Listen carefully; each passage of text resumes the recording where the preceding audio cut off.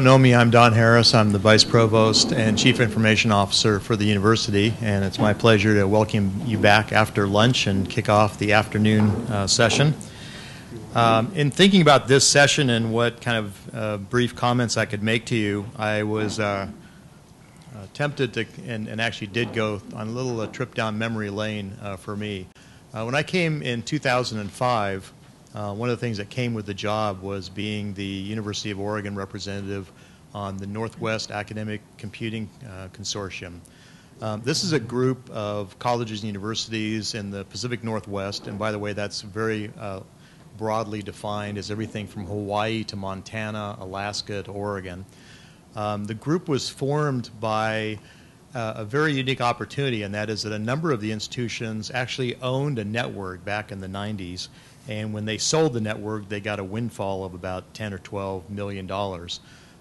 They created this not-for-profit organization, the purpose of which was to support the institutions who were members. And one of the things that they did was to create a series of grant opportunities for faculty in member institutions.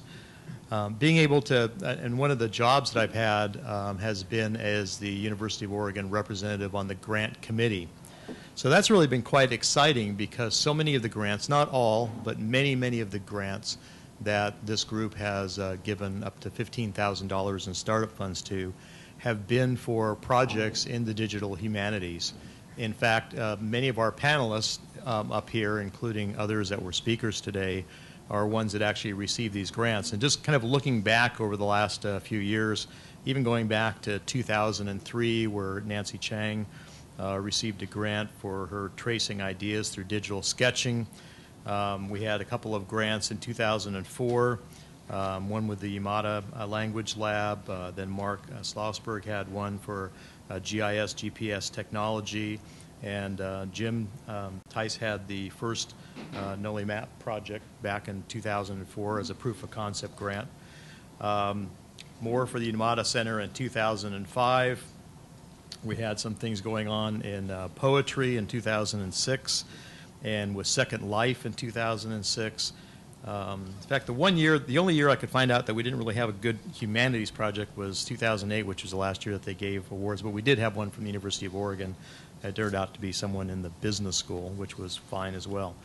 But part of what I wanted to reference in telling you this was how inspiring it was for the people not only on the grant committee, but for many of the faculty at those representative colleges and universities who looked at the website to see what was going on at the University of Oregon in the digital humanities. The work that you're doing, the research that you're doing, really was quite inspiring to people all over the Pacific Northwest, and including people outside the Pacific Northwest, because I've heard from some of my colleagues, including colleagues in Asia, that this is a site that they have bookmarked, that they go and they take a look at, and not only at the projects themselves, but as the projects continue on and reports are made, they go and look and see what the follow-up was and what kinds of interesting, exciting things that you're doing and that are happening here at the University of Oregon. It's also exciting because that website and the opportunities that it raises, and by the way, I'll be happy to share that website with you. If any of you want the link, just send me a note to cio@uoregon.edu, and I'll be happy to send that to you. Has also provided the opportunity for people to connect between institutions. So it allows faculty to be able to see, gee, there's faculty at these other three institutions in the Pacific Northwest doing something similar that I am. Maybe we could apply for a grant together. We could share information or share data and those kinds of things. So I just want to encourage you with that, saying that people really do appreciate what you're doing. They appreciate it all over the world, and encourage you to continue any opportunities you have for collaboration. And that includes the opportunities to be able to collaborate in seeking funding, either through your respective colleges or perhaps through the strategic initiatives process. One of the things that we are starting this year with Provost Jim Bean is an IT council that he has asked me to chair. That council will be one of the filters, if you will, for people who are submitting proposals in the strategic initiatives process. And I think, like in the past, part of what would be very, very encouraged are proposals that show collaboration between disciplines, between schools, and those kinds of things. So I'm very excited about this particular session because it really focuses on what's happening here at University of Oregon. And so with that, let me turn it over to Doug and ask him to introduce his panel.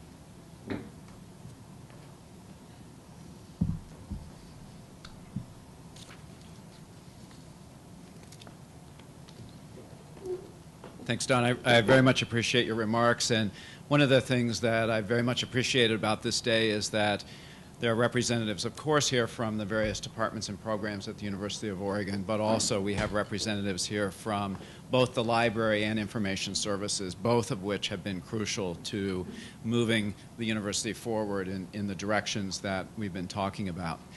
My name is Doug Blandy. I'm the Associate Dean for Academic Affairs for the School of Architecture and Allied Arts, and I also direct the Arts and Administration program within that school. It's my pleasure to facilitate this panel where you're going to hear about some of the extraordinary projects, and I'm a little embarrassed to say that because one of them is mine, so you can decide about mine or not, but at least the others on the panel, the extraordinary work that they're doing. So on the panel are John Fenn and I, who will be talking about our project called Chinavine. J.Q. Johnson will be representing Massimo Lollini's project, the Oregon Petrarch Open Book Project. Carol Stabile and Kara Estlund will be talking about their Fembot project, and James Tice and Eric Steiner will be talking about the Noli Map project, the Vasi project associated with Rome. What each project will have is about 15 minutes to give you an overview of the project. There should then be about 5 minutes for questions, leaving us some time at the end for general questions and discussion as well.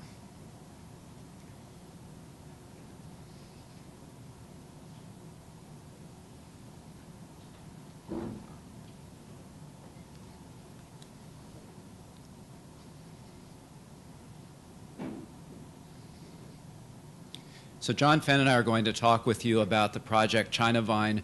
I'm going to make some introductory remarks setting the project in context, and then John will talk specifically about some recent field work that he's been doing and the interpretation associated with that field work. So the mission of Chinavine is to educate English-speaking and reading children, youth, and adults about the cultural heritage of China. This mission is achieved through the Creative Commons licensed website, chinavine.org, a blog, numerous social networking sites in the United States and China, exhibits, and a 2011 summer Beijing-based field school that John and I will direct.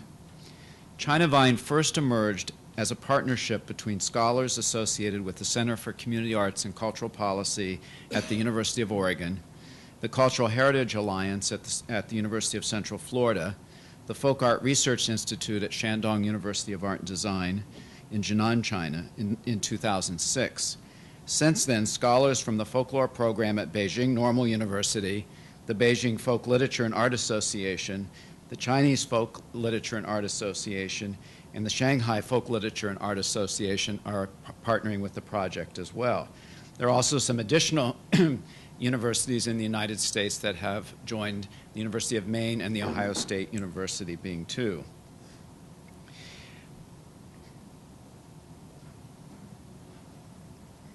Information about the project has been circulated through numerous professional groups, including the National Art Education Association, the American Folklore Association, the International Society for Education Through Art, and the United States Society for Education Through Art.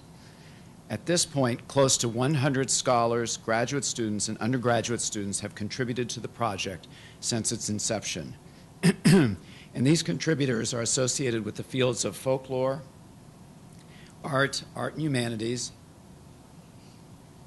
linguistics, and cultural policy. Kristen Congdon at the University of Central Florida and I are the founding and principal co-investigators associated with the project, and John Fenn joined the project in 2009 as an investigator. At the University of Oregon, the current Chinavine team, in addition to John and I, consists of graduate students Tomas Valadares, who's a Haystack scholar, Nathan Gillis, who's in the School of Journalism and Communications, and Nan Yang, who's a graduate student in Arts and Administration. Tomas is Chinavine's operations manager. Nathan is conceptualizing and implementing the Chinavine's use of social networks, and Nan is assisting with translation and audience development in China. The questions being considered by those of us associated with Chinavine include the following. How is Chinavine contextualizing objects for the purpose of communicating their makers' lives and the importance of the traditions represented by the objects? And in what ways does Chinavine facilitate a communicative relationship between the people who are being represented and the participants with the website? How does Chinavine cultivate a common purpose while acknowledging the differences among disciplinary approaches in the United States and China? And when disciplinary approaches collide, how are these collisions mediated, represented, and used for educational purposes?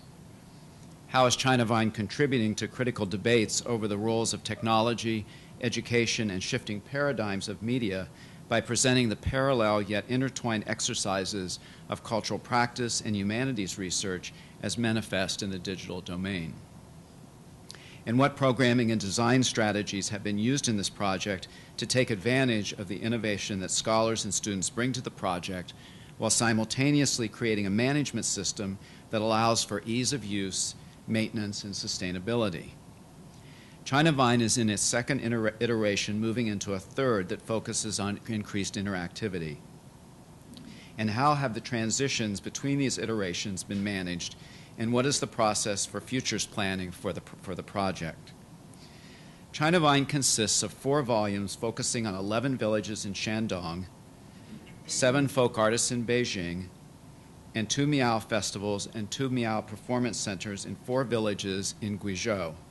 A typical entry on the site will consist of text, photographs, and video, which together create a narrative about artist, art form, location, and cultural heritage. In process is material associated with contemporary art and music in Beijing, folk artists in Shanghai and Beijing, and the poetry of Aku Wu in Sichuan province. Significant to the project is our current effort to transfer the content to WordPress MU for content management.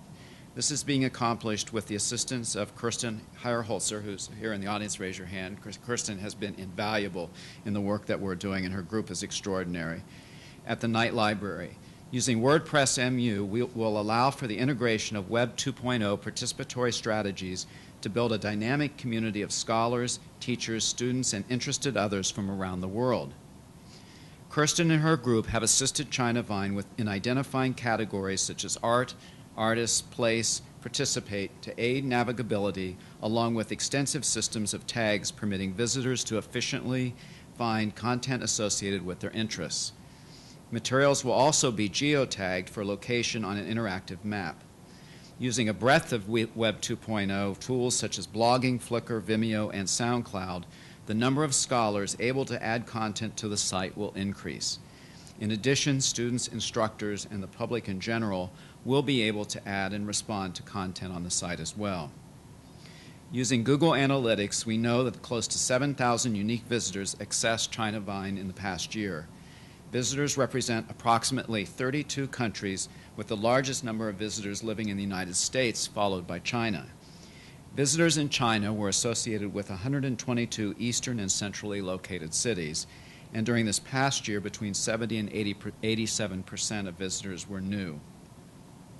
No new content has been added to the current website, while the Interactive Media Group has been working on the transfer. Beginning in the fall, Chinavine's team began concentrating on developing the presence of the project on Facebook, Twitter, Flickr, Vimeo, and SoundCloud. Interest is growing in Chinavine through these sites.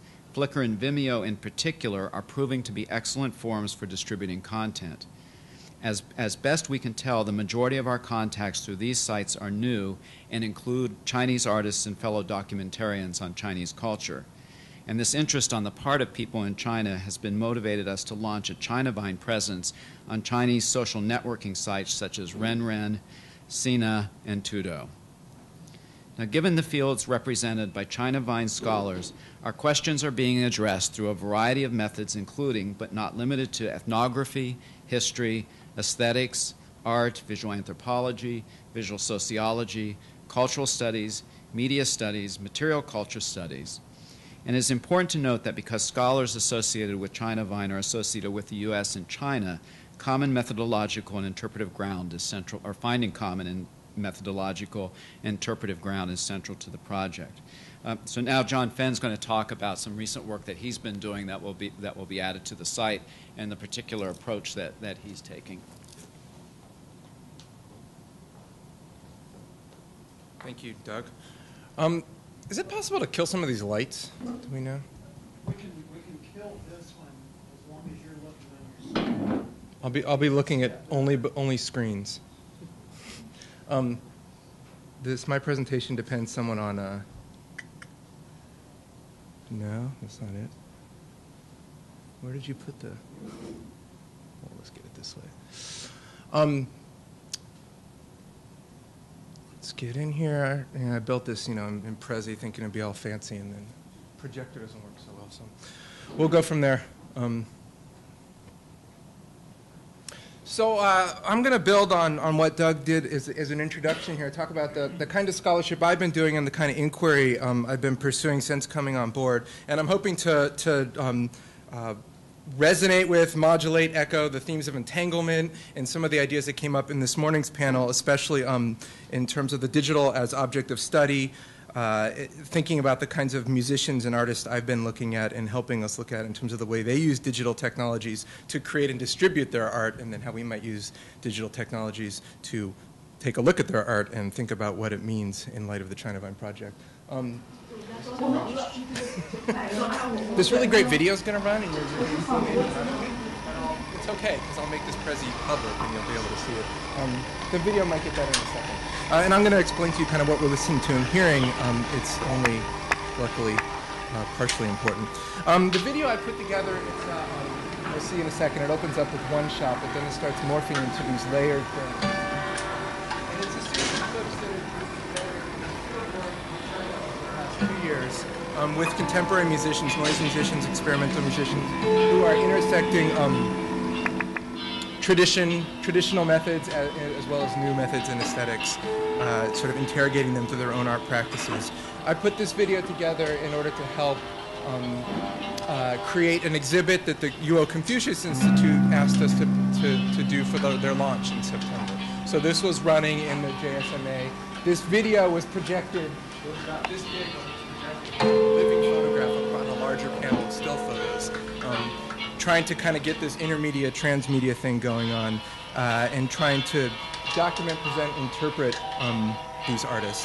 The soundtrack that we're listening to is actually the soundtrack that emerges in this video as I layered all these different clips together. So it was accidental in a way. We're hearing the sound of 2 or 3 video clips right now layered on top of each other. I didn't do any mixing. However, and so what I did is, hearing this and thinking, well, this is kind of neat, we wanted an audio presence in the exhibit, I used a piece of software, and I'll get to tools in a second, to create a 30-minute sound loop that ran about 3 times during the exhibit while the exhibit was up. It sampled parts of this accidental soundtrack and incorporated field recordings I had made, as well as some Creative Commons licensed sound loops from one of the artists, whom I'll talk about in a second. So I created a non-accidental thing out of an accident. And then, in another way, this soundtrack was not accidental, because about maybe 9 months before I was asked to put this together, before we actually put it together and exhibited it, I had been fooling around with a way to mash up pieces of ethnographic interviews with some of the art practice of one of the artists, a group by the name of FM3. Some of you may be familiar with them. They're internationally known. In order to present an interview experience the Chinavine team had with one half of the duo FM3, a fellow by the name of Zhang Zhen, who lives in Beijing. His partner in the group, Christian, I'm forgetting his last name right now, is from Nebraska but also lives in Beijing, and together they form this group FM3, which is a very experimental and sort of genre-defying and also genre-defining group that is well known for the Buddha machines. I don't know if anyone has heard one, and I forgot to bring them. I have the iPhone app if you want to see it later. The Buddha machines are these tiny little boxes that have 9 digital loops inside of them on a tiny intentionally lo-fi chip.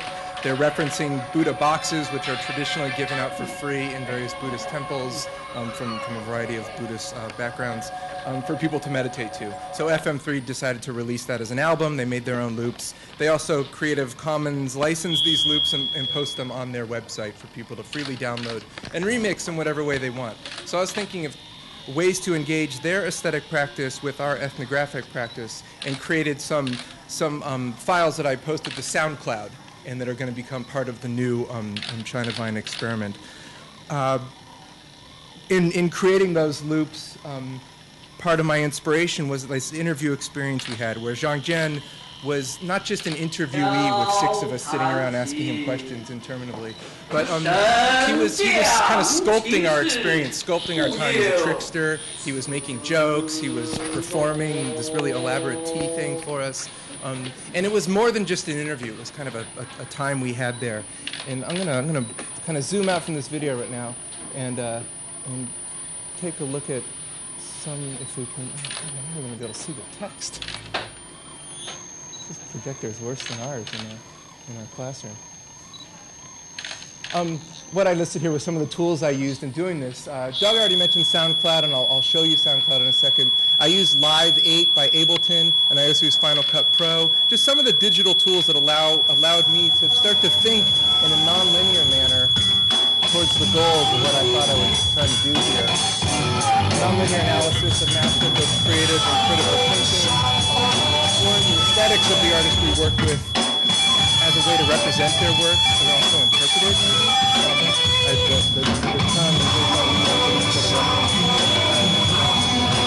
don't have a good term for this yet, but I'm trying to do kind of mimetic inquiry, kind of best I've done so far. These are some of the goals of what I've been trying to do with this stuff.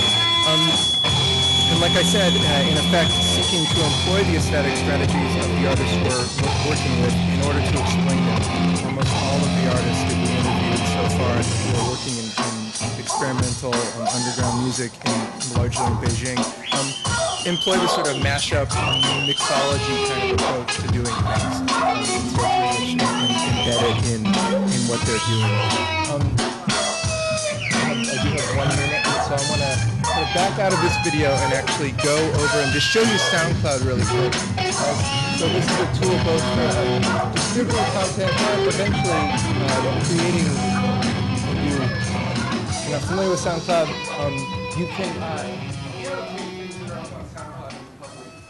people can make their tracks private, but if they're public and you have a SoundCloud account, you can annotate them and comment on them.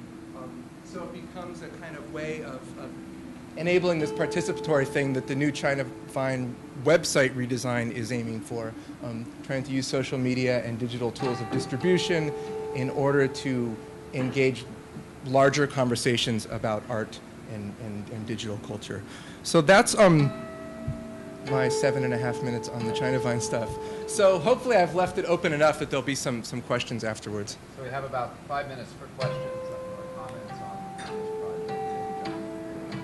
I can field them from, yes, I'm portable, so. One of the interesting things that's going to happen as a result of what John's been talking about is people will be able to take these loops and they'll be able to mix them and then put them back up on the site for other people to experience. Yeah, all the content we put up will be Creative Commons licensed as well, based on the, again, the ethics of remixing that the artists have embraced, for sure.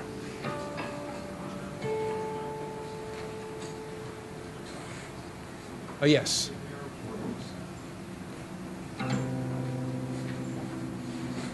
So Andrew asked me to repeat the question.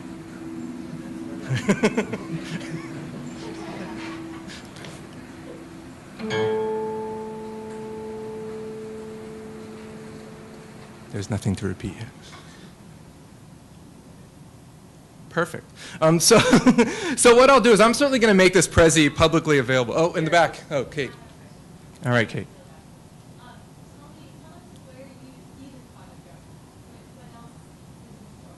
All right, so Kate Mondlock has asked where I see this project going. And that's a very good question because, as Doug noted, we haven't posted any of this content yet. I've been furiously generating it over the past year, and it's a lot of fun to make. We've gotten some vague feedback from the Chinese Folk Literature Association, the head. He thought it sounded really like a really neat idea, a different way to present art, contemporary Chinese art, through this method.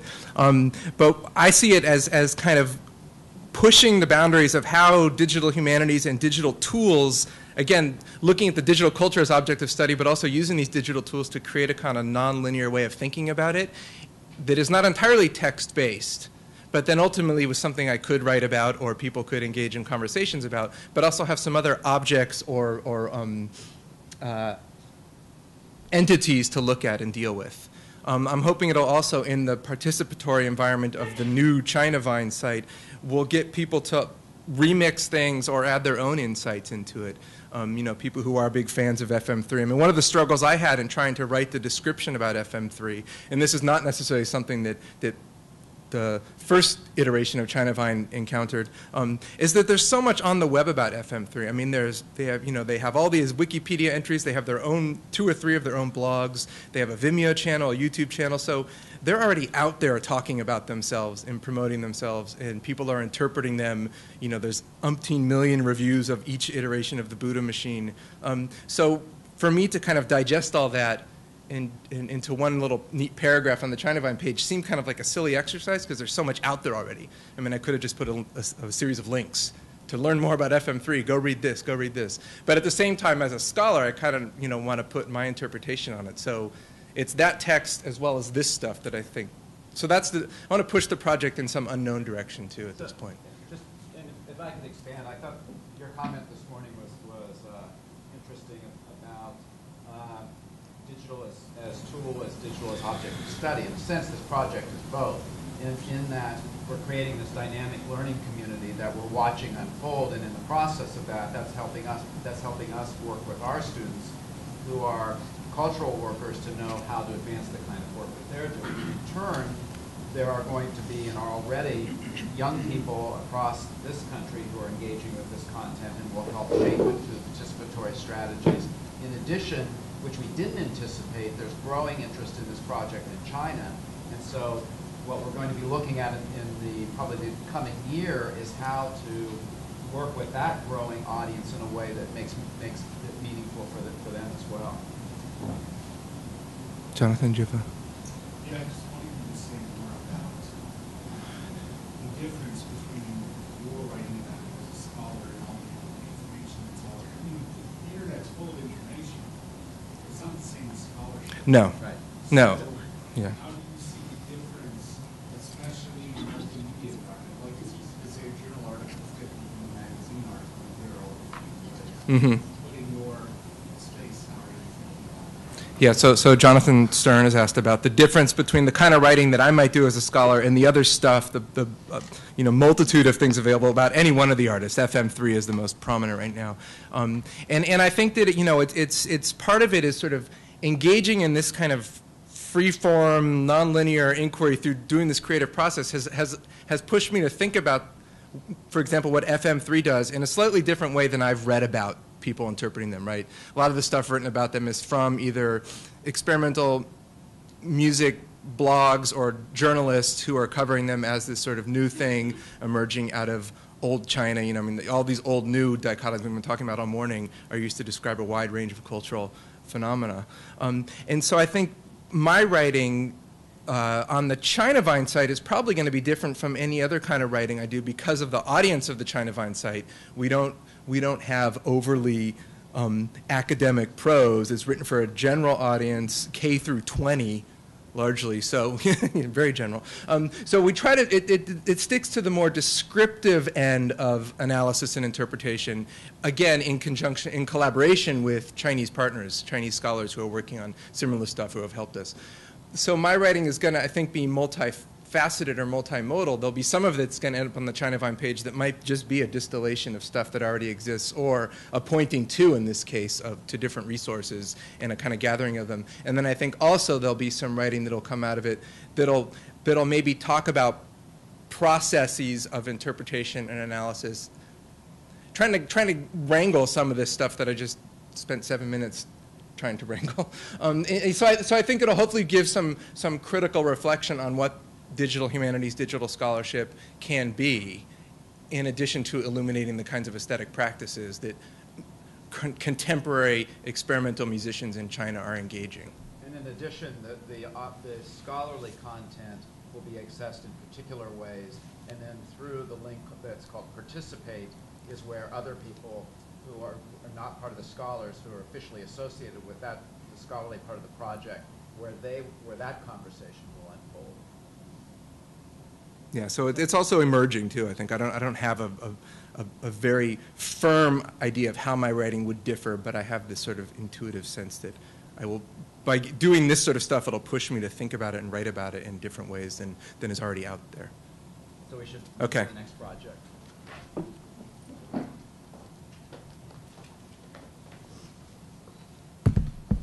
Okay. A moment here for technology change.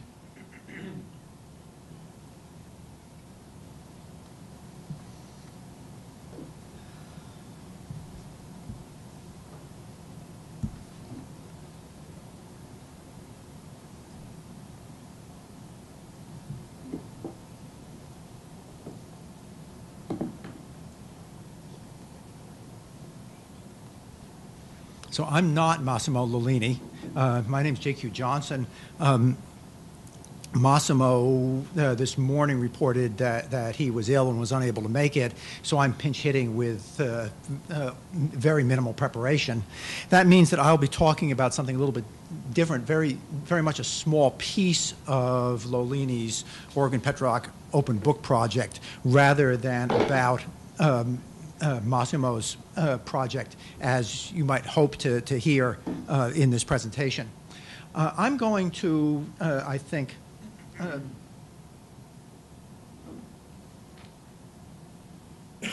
start with the PowerPoint presentation, but not keep going very long, and start by keying off Jonathan's question in the previous talk about scholarly communications.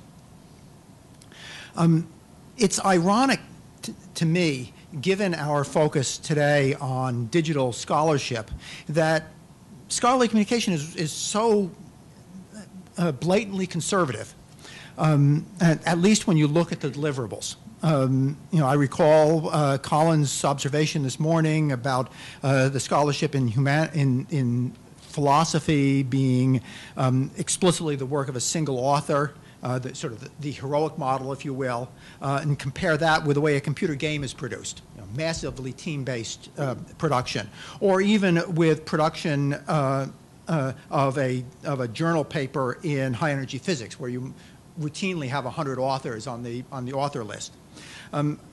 I think about this symposium. This symposium feels to me structurally almost identical to the sort of thing I remember from graduate school a generation ago, except maybe a little bit of technology change. Instead of borrowing from the bowling alley overhead projector technology, now we borrow PowerPoint and so on. That means we've lost a little bit of the easy interaction as we scribbled on those old overheads, but we've gained back that wonderful opportunity to present a little bit of media on the screen. But still, basically, our scholarly communication feels to me an awful lot like what it used to be. The scholarly journal, still very much like the journal as it existed and as it evolved in the late 19th and early 20th centuries, with articles, peer review, and so on. It's distributed electronically now, I suppose, but that's really not a very big change. Now, maybe that's because we're all a bunch of old fuddy-duddies. Maybe it's because those familiar models, in fact, have some functionality that we don't want to lose. I'm not sure. Either way, what I want to do mostly, in I hope less than the 15 minutes, is talk about the UO Library's support for some incremental change in the way we do scholarly communications. I should note in passing that if Massimo were here, he'd talk about the Petrarch Open Book Project, which does attempt to break down traditional models of scholarly communication. I see the Oregon Petrarch Open Book Project as basically being about performance art, about turning the reading of Petrarch. There's been a huge literature on Petrarch for, 700 years, into performance art. By presenting multiple texts and multiple versions that the reader can compare, by presenting substantial volumes of close critical analysis of detailed passages that you can look at, presumably all easily accessible in a hypertext framework with a user interface that facilitates textual comparisons. But again, I'm not Massimo, so I can't really talk about that in depth. Instead, what I want to talk about is an initiative that has been going on in collaboration with Massimo to support open access publishing at the university. Open access publishing is a growth area. There are now a very large number of online computer journals, something I think my number there is woefully out of date because it's more than a month old. So we're talking about more like 6,000 or more open access journals as described on the Directory of Open Access Journals. They share a characteristic of being open access, which means that they're free to the reader with the cost borne elsewhere in the system, and available under some sort of Creative Commons license or similar license so that the reader can use them without concern over most traditional copyright issues. They have big benefits, which is maybe why they're becoming so popular. There's quite a lot of literature now that indicates that publication in these open access journals improves your citation count, which we all like as academics caring about our reputations. So the UO Libraries is moving in the direction of trying to support such things by serving as a journal publisher for UO faculty who want to be journal editors or UO departments. The goal of this project is the production of open access journals and lowering the barrier of entry for UO scholars who want to create typically a new open access journal, while still maintaining that conservatism in that it is supporting traditional workflows and a traditional model of peer review and journal publishing. The implementation then uses open access software or open source software, particularly a software system called the Open Journal System that one hopes minimizes the costs of that production. Where we are today, we've been actively working on this in collaboration with Oregon State University. We have a pilot journal, Massimo's Humanist Studies in the Digital Age. That's why I'm here standing in for Massimo. The first issue of that is scheduled for publication any day now. Our target had been to be out for this session, but naturally one of the authors hasn't gotten his approval of the galley proofs back to us, so we can't quite go to publication. We have several other journals in the pipeline, a couple here at the UO, and Oregon State is similarly using the same infrastructure in collaboration with us, and if anyone here is interested in publishing a journal, come talk to me. Let me go live if I can and show you. Here's the website at Oregon State of the system, journals.oregondigital.org, and if I scroll down, you'll see that there's Humanist Studies in the Digital Age. Since we're not live, I can't show you what a user would see if they were visiting this journal, but I can log in as one of the editors of the journal and show you a little bit behind the scenes.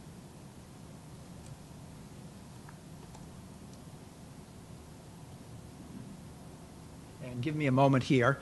This particular software system is primarily designed to create workflows that make it easy for a journal editor. And so you're seeing some of the user interface from the journal editor's point of view. But I'm going to try to, oops, wrong journal. I'm going to try to quickly skip past most of that because I want to show you a little bit of the finished product.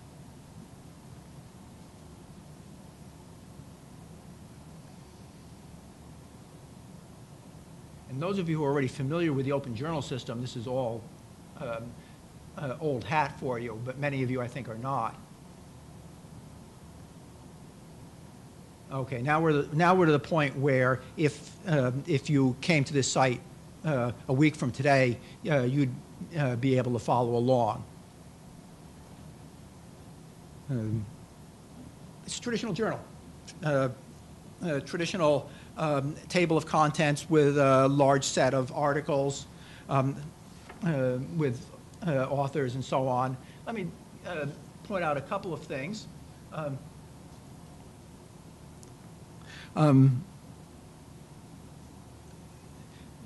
We can potentially publish in any one of a variety of formats. We chose, in this particular case, to publish mostly as PDF files.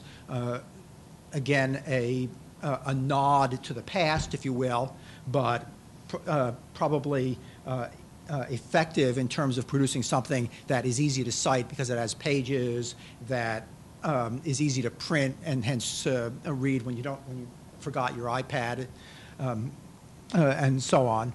Let me give you a typical journal here, journal article. Here's a journal article that Massimo contributed, and in fact, for those of you who are disappointed not to be hearing about the Oregon Petrarch Open Book Project, you might want to read this article because it's a pretty good summary of it. If you care about finding it or citing it, there's a citation. It's a little bit hard for you to read probably in the background. I guess I can zoom in a little bit here. There we go. And if you're not, I don't know what ABNT format is for citations. This journal uses MLA, so there's your MLA citation.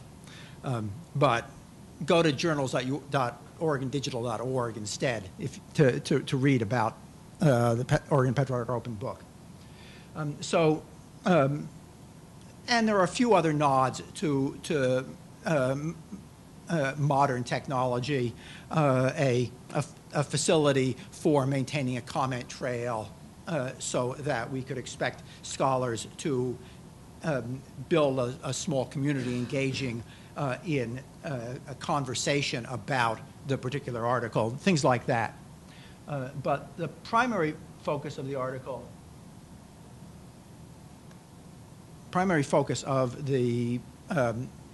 this particular journal is to deliver the full text, and as I noted, it's in PDF. I guess the most important thing on this screen, apart from the reminder of the title of this particular article, is the reminder that what the library wants is to push open access, and so all of this material is licensed under a Creative Commons license, so hence is freely available. It's the classic take back the means of production Marxist argument, if you will. I think I will stop there and see what there are in terms of questions, but perhaps make sure that we stay on time on the time track for the rest of the session. So, are there questions?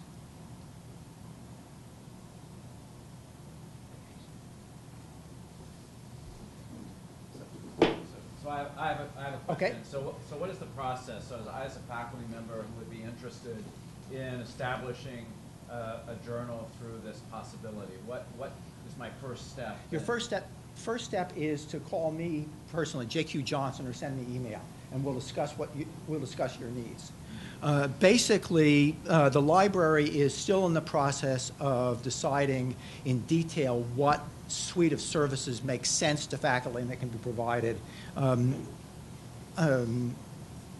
Certainly the infrastructure, certainly the assistance to someone who has perhaps never edited a scholarly journal before, and so needs help getting started, needs help understanding the role of your editorial review board, for instance, or the fact that copy editing is hard work, because, of course, we all ignore that because, you know, that's what Taylor and Francis or something does for us.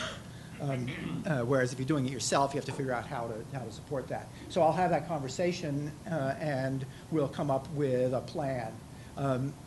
The other piece of it is actually getting submissions of material. That's not my problem. Okay, so enough of this. And any further questions? Okay, we'll move on then to a somewhat more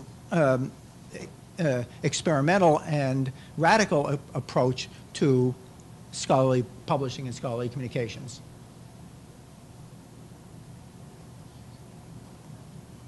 Oops. There.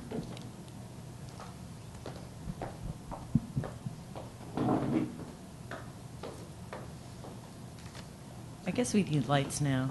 We're just going to project our blog and do this old school. And I'm going to ask you, I'm Carol Stabile, and Karen Estlund will be talking after I speak. I'm going to talk first about the kind of philosophy behind Fembot, and Karen's going to talk to you more about the technological aspects of the project. But I'm going to do something odd now and say to those of you who are tweeting, I'm going to ask you not to tweet about this presentation. We're currently, our digital humanities startup grant is being reviewed. And I want to have a conversation with you all about the politics of Fembot. We submitted a proposal that's just for the prototype. As you know, the NEH is very, very concerned, and with some reason, about having projects that appear partisan. We were really clear in our grant proposal that the funding was for the prototype. We're building a 2-level review process. But I'm a little bit concerned about mixing up the politics on the tweets and that getting back to NEH reviewers right now. So I'm happy to answer questions about that complex situation during the Q&A. Okay. I'm going to talk a little bit about the origins of Fembot. I came to UO in 2008, and I knew that I would have to identify a community of scholars with interests, with interdisciplinary interests in new media. And so what I did is, within the Center for the Study of Women in Society, I organized a research interest group in gender, media, and technology. And we started meeting in spring 2009. We had a reading group. In the fall of that year, a retreat in fall 2009. And during our retreat, the issue of feminist publishing really came to the foreground. It became the center, in fact, of our conversation. And what we concluded at that point was that the time seemed ripe for feminists to seize control over the means of production, not cede control to the corporations that have long dominated the publishing industry or to academic presses with no interest in nurturing or promoting feminist research. And we're really influenced by what Tara McPherson was doing at Vectors, and also her belief that so much of our scholarship as academics has been locked up in silos. So from the beginning, we were really committed to open access. I was fortunate enough to hook up with Karen early on, and it became clear that we wanted an open access journal. We wanted it to be open source. We wanted to have a structure that was transparent enough for other people to adopt it. With Karen's help, we started thinking about this. We used the occasion of a conference. There was a feminist media studies conference here last spring. We used that occasion to network with colleagues around the country, one colleague from Taiwan, some colleagues from Canada, and we decided that we would move ahead with the online journal project. Karen and I agreed to work on an NEH Digital Humanities Startup grant, and we were joined by Bryce Peak, will you just wave, Bryce? A graduate student in anthropology who volunteered his labor, thank you, Bryce, in exchange for experience. And we created the blog with funding from CSWS that will eventually serve as a platform for the journal. Fembot, and we're calling it the Fembot Institute because we thought collaborative or collaboratory was too trendy, and we were looking for some way to describe what we were. If you have any ideas, we're happy. I've never been satisfied with Institute, but a lot of people thought that it had a kind of cultural capital and gravitas that might be helpful. So Fembot now includes faculty members from the University of Illinois at Urbana-Champaign, most recently a faculty member from the University of Maryland, Concordia University in Montreal, where a self-identified group of feminist techno-perverts is helping us to think about what we're doing and to give us some inspiration and motivation. A faculty member from National Chengchi University in Taiwan, Washington State University, and Penn State. We'll also be meeting several times. We're really sort of gearing up this spring to start talking about the organization of Fembot, because we wanted that to be a collaborative process, and we wanted to figure out how we were going to govern ourselves, how we were going to constitute ourselves, and how we'd be able to sustain this sort of project over time. So all of that is going to take place this spring, although we have some preliminary ideas. Now, what is Fembot? It's not a traditional humanities journal. We wanted flexibility both in terms of potential multimodal content, but also we wanted control over the review process. We wanted to be able to craft a review process that we felt was feminist, that was collaborative, and that was something that we had built ourselves rather than something we had inherited or that had been imposed upon people. So really, the Fembot project itself at this point has three overlapping components. The first is the Fembot website, which was built using Drupal, and Karen will talk a little bit more about that. The second part of it is a community of scholars researching gender, new media, and technology who will share responsibility for the governance of Fembot. And in a lot of ways, what Fembot does, toot, is kind of cool. Because it not only combines our interest in new media and technology as an object of study, but we're also working with the very tools we'll need to publish in this media landscape. The third part of Fembot is a publication that's going to feature new research on gender, media, and technology. Right now we're thinking that it'll be published twice a year. And until we have a good sense of how many people are going to commit labor and how the review process is going to work, we're going to just stick with those two publications. So again, the goals of Fembot really grew out of feminist thought and practice. We wanted to provide a platform for collaboration in a field, the study of new media and technology, that remains largely impervious to gender analysis. And we also wanted to kind of build this field and to build an identifiable presence in the field where we could bring together graduate students and faculty members and provide mentoring and provide research assistance. It's very utopian, but I think that's fine. We also wanted to intervene in ongoing debates about peer review and publication. Many of us are unhappy as feminist scholars with the limited access to our research, especially for international colleagues. We know people who study fan communities and people who study girl gamers and stuff, we know that there are a lot of people out there with an interest in some of the research that we're doing and that we're interested in. And so providing access to that and having conversations with those populations is really, really important. It's a very, very important part of the project. And we were also dissatisfied with the limits of a peer review process that doesn't understand writing and research as a process. A number of us are from English departments. A number of us, we all teach writing in one way or another.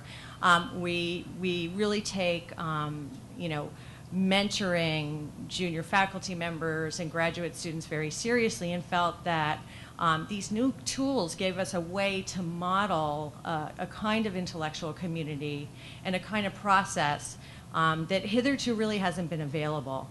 We also wanted to provide timely, multimodal, and inventive publishing opportunities to showcase research on gender, new media, and technology. It's often the case that you submit to a traditional journal in your field, and it can be a year or more before that article sees the light of day. We felt that, especially with people who are working on new media, that we had to reduce the production process.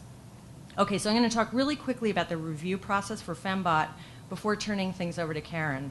Again, we were really emphasizing reinventing peer review for an online open access, open source environment. As one of my friends put it to me, this is a really interesting moment because if we don't intervene in those debates, the lame people will. And so it's important, I think, especially for more senior colleagues, to get involved in this because things are changing rapidly, and there's a moment, like any moment of crisis, in which I think we can intervene. And so it's really important to do that. So we're imagining 2 levels of peer review. And the first level of review will be internal to Fembot members and invited reviewers for contributions that we think require additional expertise or expertise that's not represented within the Fembot community. And what we kind of have in mind at this point is a review process that's similar to the WordPress blog Kathleen Fitzpatrick is using for planned obsolescence.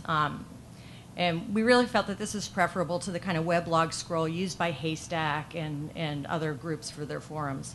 Another earlier alternative, if you want to look at it, is Mackenzie Wark's Gamer Theory, although that format is older and more clunky, but it still kind of captures what we're trying to get at.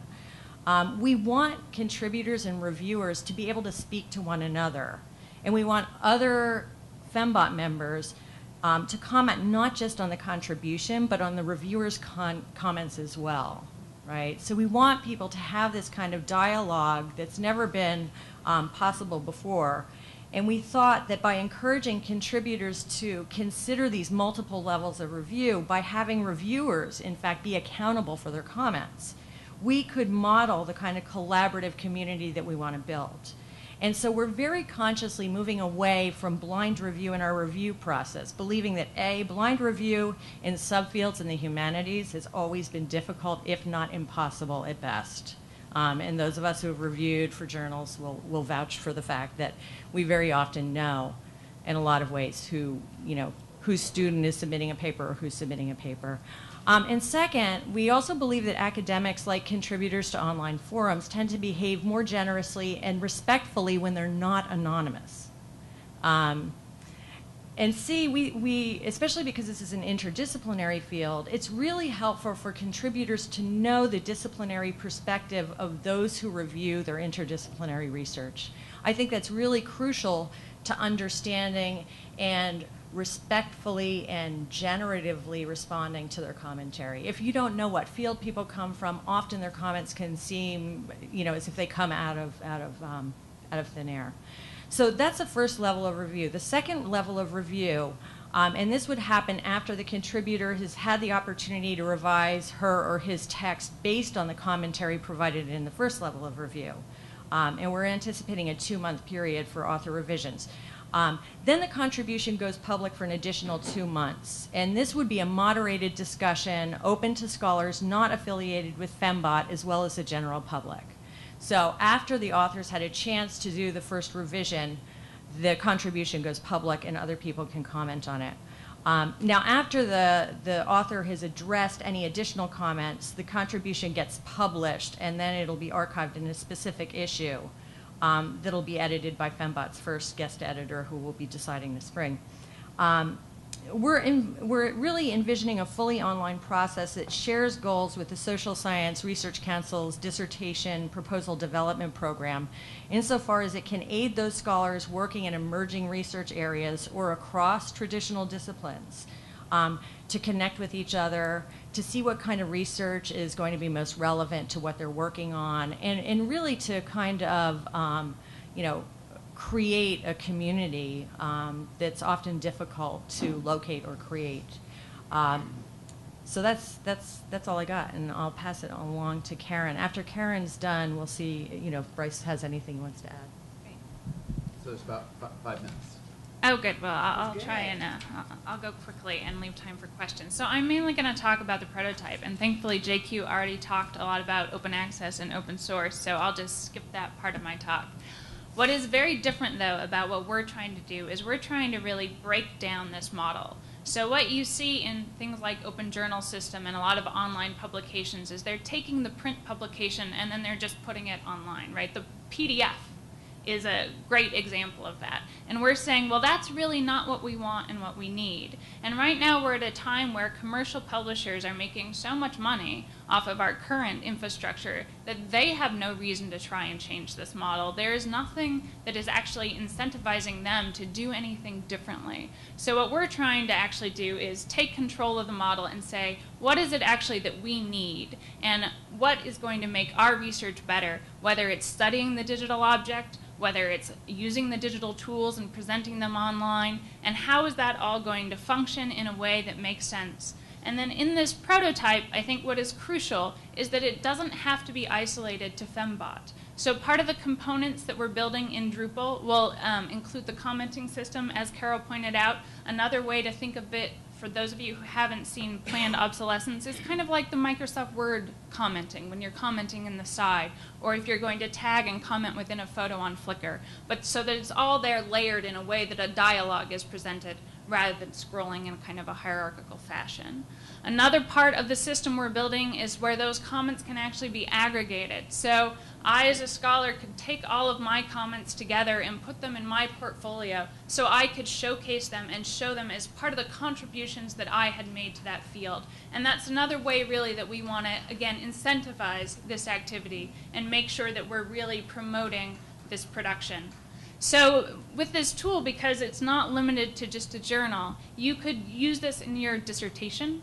You could have people comment on it in class. There are certainly multiple types of publications, or if you're working on a book, it's not just that publication environment. It's the commenting, the portfolio, and the publication all wrapped into one. The reason we chose Drupal is because it is widely established on lots of academic campuses, so it's not one of those specialized softwares that has to be treated by itself. It also has very wide adoption in the professional world, so thank goodness we look outside for some actual competitors and companies who are putting investments into these open source technologies beyond what we just do in academia, so we see a real growth. I'm going to just talk really quickly because I know I'm out of time, but I want to put in as the librarian the other thing that I think is really essential about this product is we want to make sure that this is part of the scholarly record. So a lot of the tools that are looking at new media objects, whether they used Flash or something like that, all of a sudden you can't open those files, and that just, the information is gone. So part of the process that we'll be working on is actually editorial guidelines that will specify the kind of content or kind of supplementary materials that you'll want to give us in addition to the presentation form so that we can make sure that that research is available for the future. And with that, I'm going to do actually my funny quote at the end. So I got inspired this week, so bear with me. All right.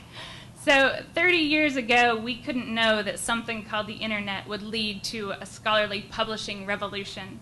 What can we do? What scholars do better than anyone else is spark the creativity and imagination of our students and peers. We're the community that put books on shelves and data on zip disks. The community of Descartes and de Beauvoir, of archive.org and vectors. In academia, innovation doesn't change our lives. It is how we make our living. So there's five minutes for questions. Bryce, did you have anything you wanted to add? I don't think so. Okay. Except for the commenting system. I don't know where we are at this point in realizing it and or imagining it. We need money. We need money. Right. Yeah. What is the question? Bryce, just finish and I'll repeat it. Sorry. So the commenting system is going to have the ability to also comment on comments. Yes. So, I mean, that's an important part of the system because you're going to be able to daisy chain. If somebody makes a comment that you're like, what is this guy talking about? You can ask him what he's talking about, as opposed to creating a comment that's 50 pages down, 50 things down. What are you talking about? Yeah, Bryce is re-emphasizing the dialectic nature of the commentings, and you can comment on the comments, which is the essential part that we want to build into the system. Yes? I'm going to put this in decorously. What's your plan for craft control? Because we have this problem in bad subjects. So Yeah. the view system wasn't open. It was just an old-fashioned left editorial collective computer. But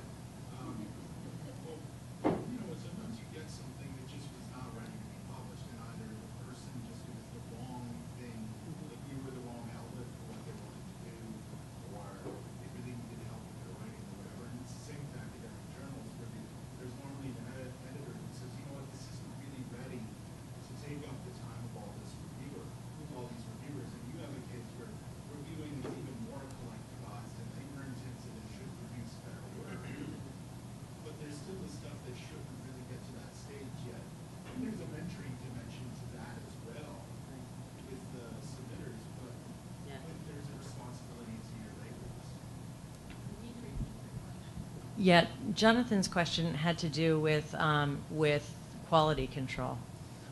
I'll call it quality control, and how we'll deal with the problem of having submissions that aren't appropriate, that aren't ready for publication.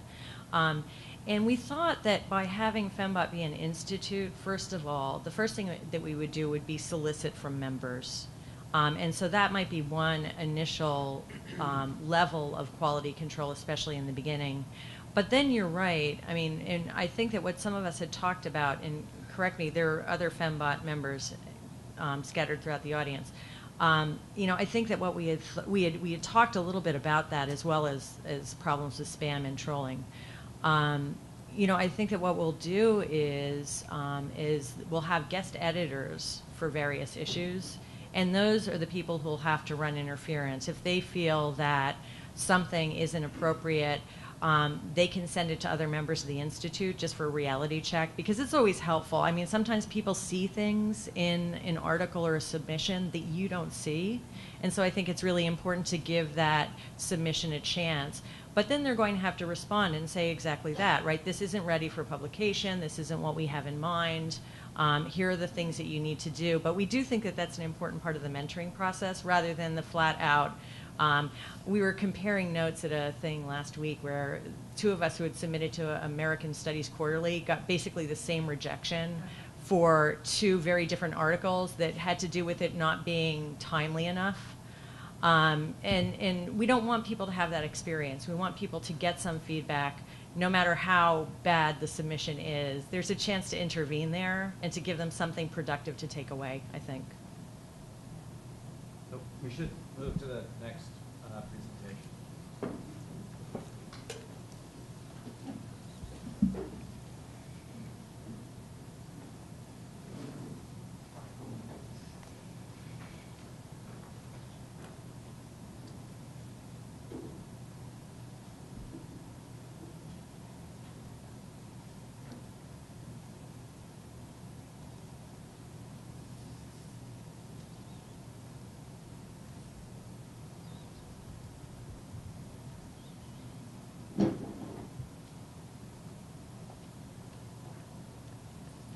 Could I ask to have the lights down, please, just a little bit up front?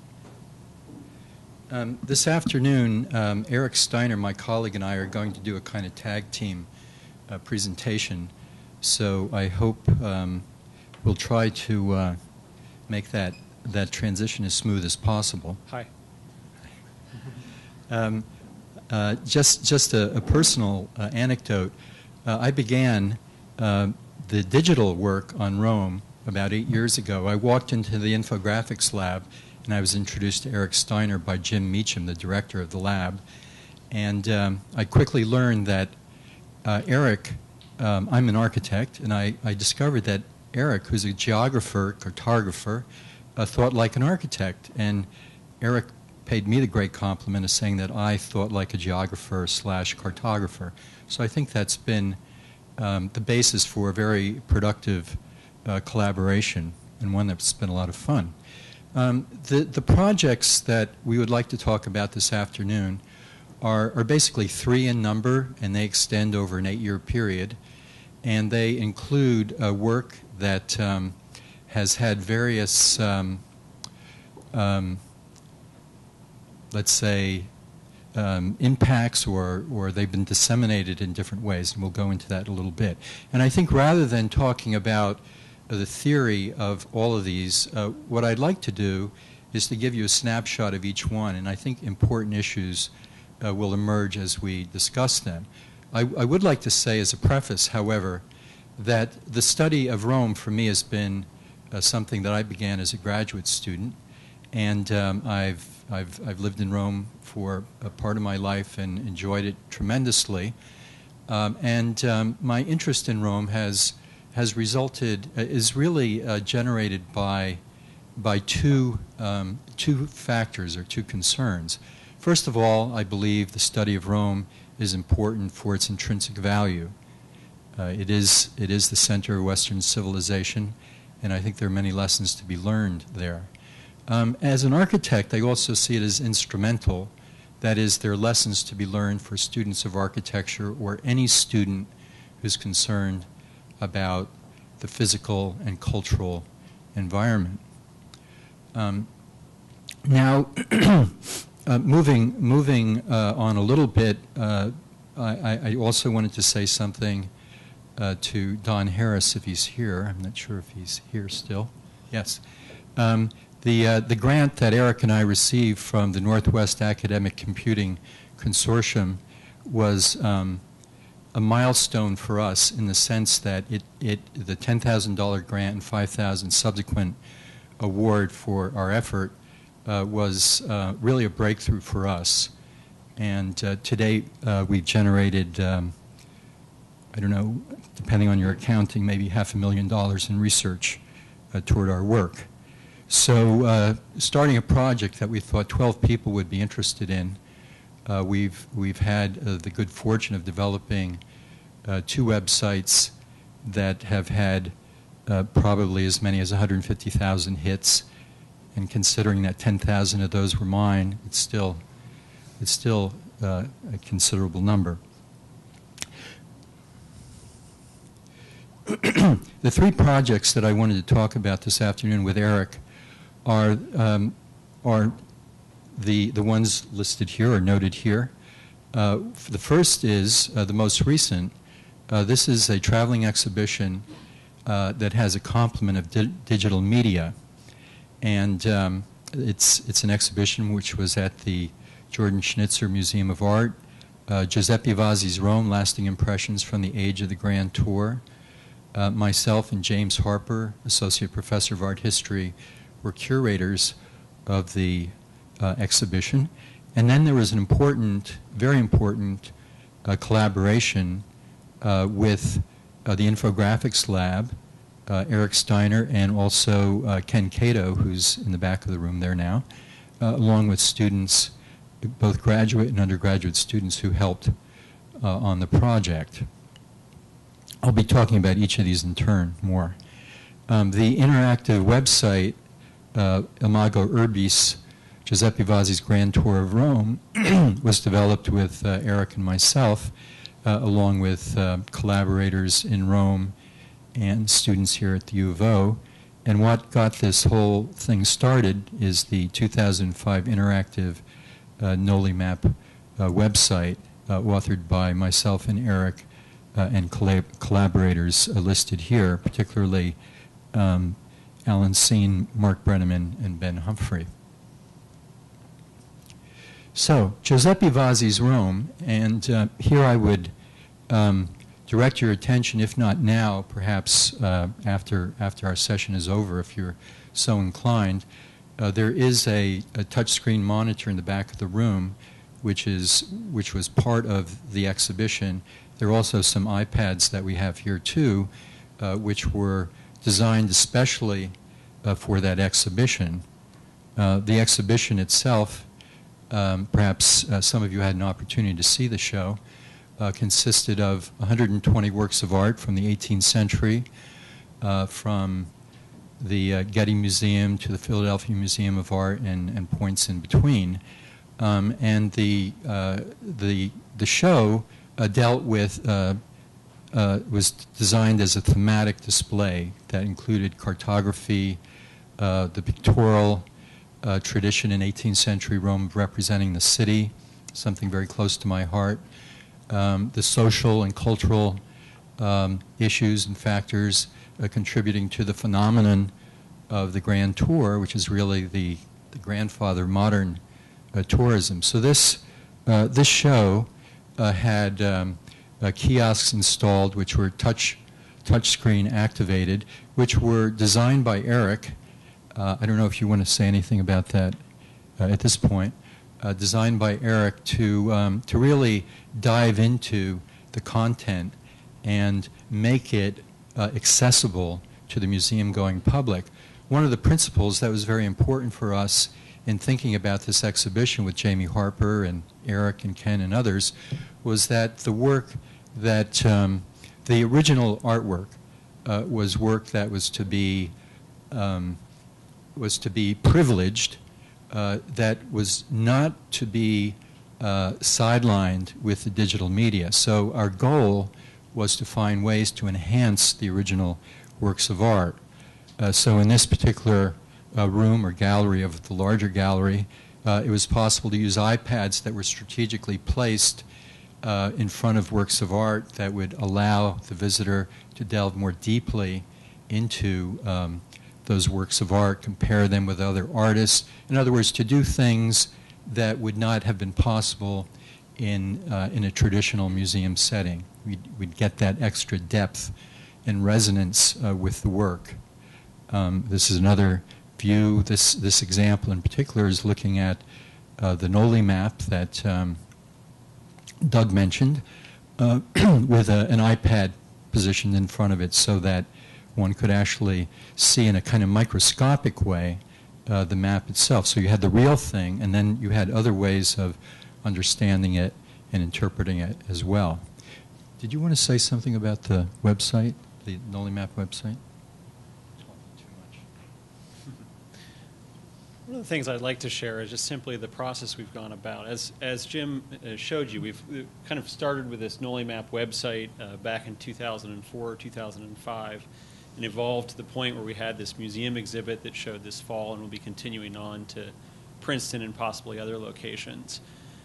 One of the strategies we've really used is probably not to be so much so self-reflective about kind of what does digital media mean and how is it used, and less the more scholarship about digital media and more just content producers being really active producers of that content and generating it such that it's platform independent. It's content that can be rehashed, remixed, reused, mainly for our own purposes, but potentially for other people and for their own uses. Along those lines, so all the content we created for this original Noli map website has really been stored in a database. We've taken advantage of the Infographics Lab GIS systems to be able to support databases that can include the imagery and all the digitized content associated with this project that we did in 2004, 2005. That content was then also ported over to the subsequent website, the Vazzi's Grand Tour of Rome, and then ultimately to the museum exhibit, where we could leverage the content to support the iPad applications that Jim has referenced, and also the touchscreen applications. So if we look back, do kind of a little retrospective here, this was a really early foray into a form of digital scholarship, of online publishing. We made an effort here to combine the digital content of the map application, map interface that's accessible through this link. This was done sort of in the era before Google Maps and Google Earth became really prevalent. So this is one of the really early, really robust map engines to be able to navigate information spatially, entirely based on the Noli map that Jim referenced earlier. But as part of that publication, we didn't want it to just be about the imagery there. So there's the Noli map itself. We didn't want it to strictly be about reconstructing an image, a historic map of the city, but also have an analytical component to it. And so with that published website, we included several themes that we wanted to encourage. We had sort of imagined this idea of an online journal that would ultimately get several contributors. We didn't have the funding and support to really solicit submissions and to gather that community, but we had a entire database system to support it. We had all these things going, but we never made that next step. And so actually what ultimately made it onto the website was really strictly the articles that we published in that first date. But the seeds of these kinds of things were there pretty early.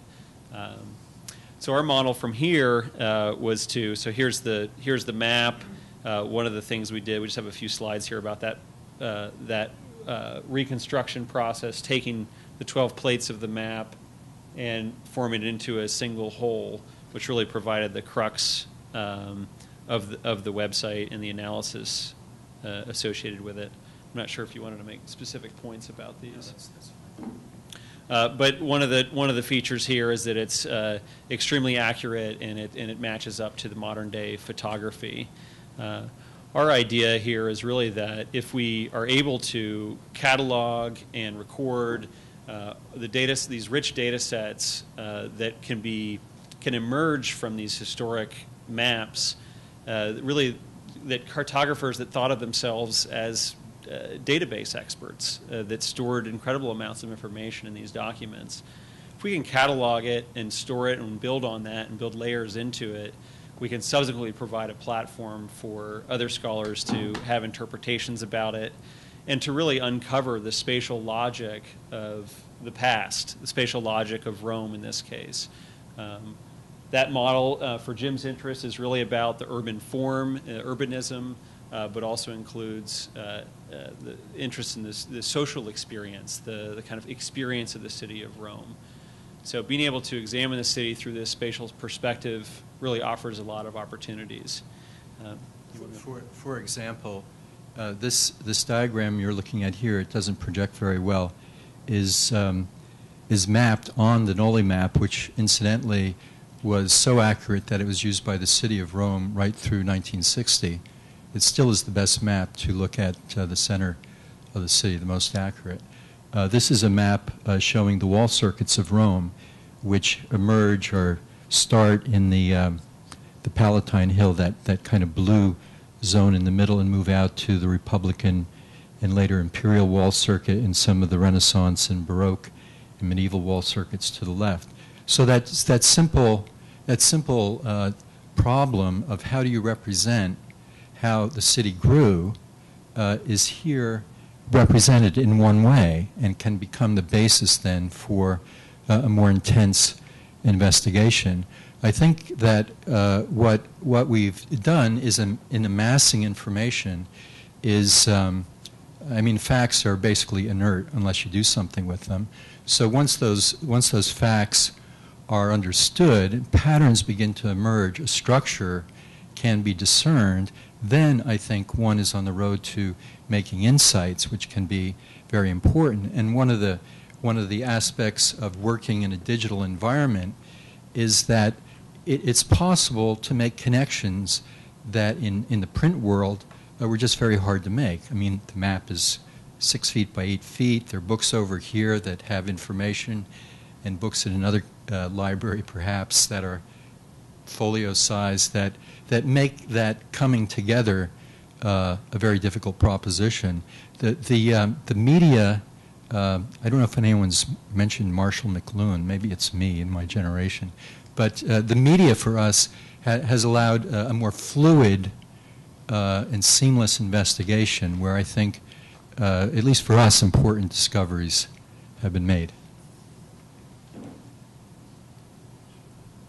Should we? Okay, how am I doing on time? I'm probably over. You have about 1 minute. Okay. This is some of the behind-the-scenes stuff that was part of our investigation. So this is really powerful software, ArcGIS, which is the really industry standard for looking at maps. And these are various projections of the city. This is the VASI website. And the challenge with the VASI website was to link the historical iconographic map or plan view map with the pictorial view of Rome. And so two great 18th century masters, Vasi and Noli, were brought together. On the right-hand side is an image of the city taken from Noli, and what we've done is we've plotted the precise point at which Vasi did that view, which is the center one of the three. They're also comparing it to other Vedutisti or other urban scene painters of the time. The other thing that we've done is show the contemporary view with the 18th century view. It's a hard job to go to Rome and take all these photographs, but someone had to do it. And this is a map then of all the sites that Vasi recorded in the city, 238 over about a 20-year period, a little bit less, and each is shown in a precise location and also with the direction of the view and the angle of the view shed, which gives one a kind of capillary understanding of the city. Again, some behind-the-scenes views. This one, the Piazza Navona, that you see here. Some views from the website.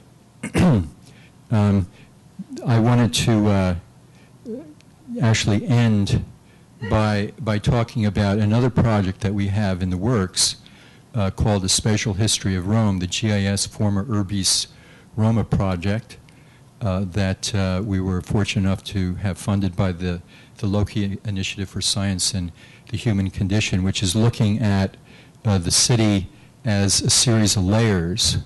So the dimension of the city and how it's understood in Rome is, of course, chronological and historical, but also is spatial, which both works horizontally and vertically in that city, giving us a very interesting, complex, and rich mixture to begin to unravel.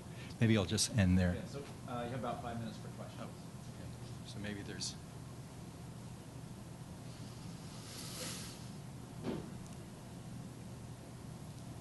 Yes, Ken.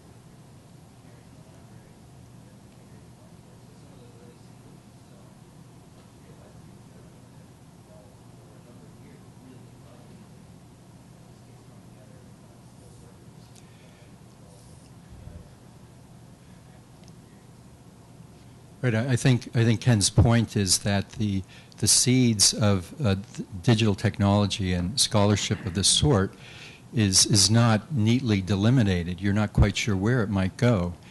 And I think certainly when Eric began our Noli project back in 2003, 2005, at least I didn't have any idea that it would have the kind of impact that it's had.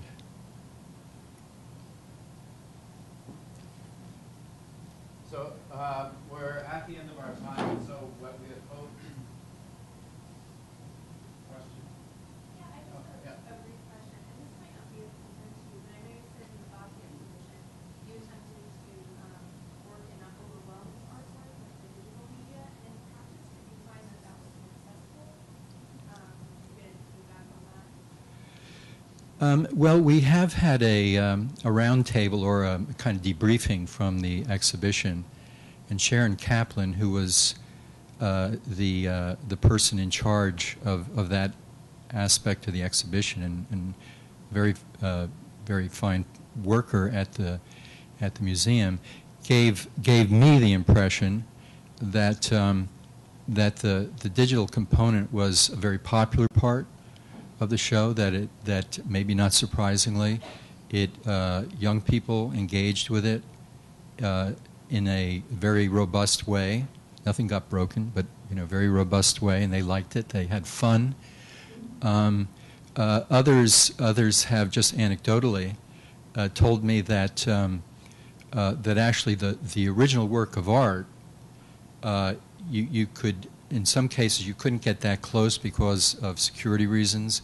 So the digital monitor actually allowed you to get that microscope up and actually look at the detail that you really wouldn't even been able to see with the naked eye, really that close. So there's that, I think, that aspect of it, and I think it's. I'd like to imagine that it maybe helped establish a kind of character or a mood for the material, that it, yes, is 18th century work and Rome is great and wonderful, the eternal city, but that again, the lessons of the city, what we have to learn, are still there. What are the lessons?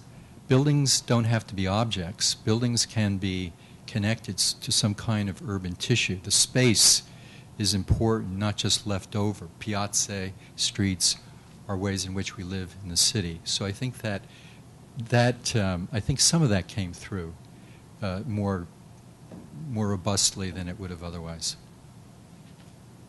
So please join me in thanking our panelists there. We will be taking a break and then we'll follow up with this. I hope you're all aware that there's this incredible Twitter feed that's happening simultaneous with the presentations. Right before this one, somebody tweeted out, we're reconvening, the old people are up. Well, next up are the graduate students at your team. By the way, the Twitter feed for all of you who aren't already contributing to it. Some of us are older than others. You don't do. It's all relative. Looks better on the screen.